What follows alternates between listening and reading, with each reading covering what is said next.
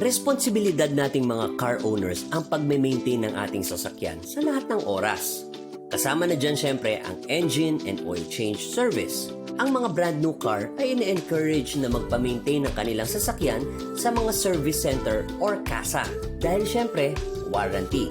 Pero aminin natin, mahal ang magpagawa sa mga CASA. And yes, hindi natin masisisi ang iba na humanap ng alternative. I'm Bob, your virtual blader.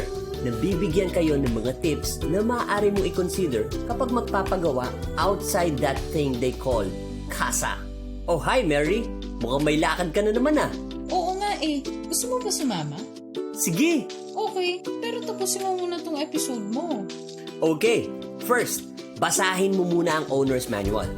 Dito nakasulat ang mga halagang specifications ng sasakyan na kailangan mong unahin at intindihin.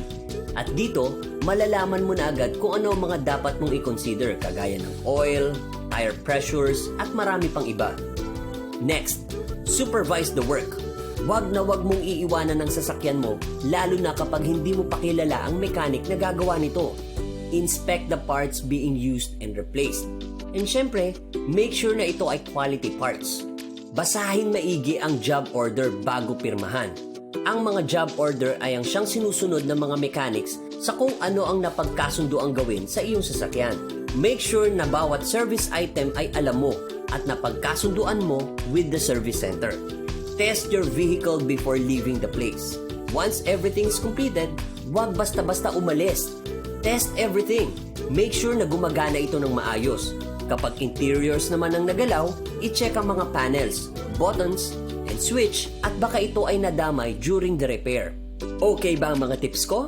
Kung meron ka pang gustong i-add sa video na ito, jump into the comment section at pag-usapan natin yan. Don't forget to subscribe and hit that bell icon to stay updated with our new releases. Lagi nating tandaan, first impressions lasts.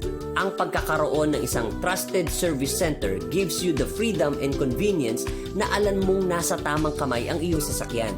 Ang mga bad experiences not only gives you inconvenience but also affects your car's performance, lalo na kapag hindi maayos ang pagpapagawa nito. So be smart and careful. If you like this video, mas marami pang video sa ating playlist. Check out Blade Auto Center's educational videos on this channel. One new video every day. Like, share, and subscribe now.